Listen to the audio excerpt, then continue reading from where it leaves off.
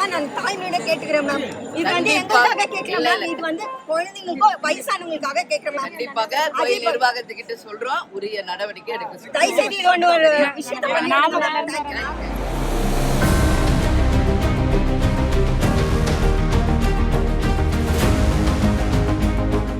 பேர் கனிஷ்கா. நான் பெங்களூர்ல வந்துட்டு இருக்கேன்.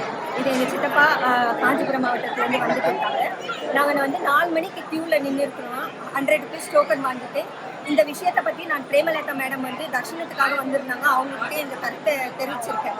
என்னன்னா, சின்ன குழந்தைங்க 4 வயசுலேருந்து 3 வயசுலேருந்து குழந்தைங்களுக்கு 100 ருபீஸ் டிக்கெட்டில் ஒரு டாய்லெட் போகிற வசதி இல்லை, தண்ணி குடிக்கிற வசதி இல்லை. அதே போல் வயசானவங்களுக்கு பிபி சுகர் இருக்கிறவங்களுக்கு கூட வெளியே டாய்லெட் போகிறதில்ல. 3 கேட்டுக்கு ஒரே ஒரு செக்யூரிட்டி வச்சுருக்காங்க. செக்யூரிட்டி கேட்டதுக்கு எனக்கு வந்து ஒரே ஒரு செக்யூரிட்டி தான் கொடுத்துருக்காங்க. அட்லீஸ்ட் இன்னும் ஒரு 2 செக்யூரிட்டி போட்டாங்கன்னா எங்களுக்கு நான் இந்த வசதி பண்ணி கொடுக்க முடியும்னு அவங்க சொல்கிறாங்க. இந்த விஷயமா நான் போய் அங்கே கேட்டதுக்கு யாருமே இதுக்கு ஒத்துழைக்க மாட்டேங்கிறாங்க. பிரேமலதா மேடம் கிட்ட இது சொன்னதுக்கு அவங்க என்ன நினைக்கிறாங்கன்னா, கோயில் நிர்வாகத்துக்கிட்ட பேசி நான் இதுக்கு ஒரு முடிவு எடுக்கிறேன்னு சொல்லியிருக்காங்க சார். இதை செய்தியை தயவுசெய்து போட்டு மக்களுக்கு ஒரு நல்லது நடக்கணும்னு நாங்கள் கேட்டுக்கிறோம்.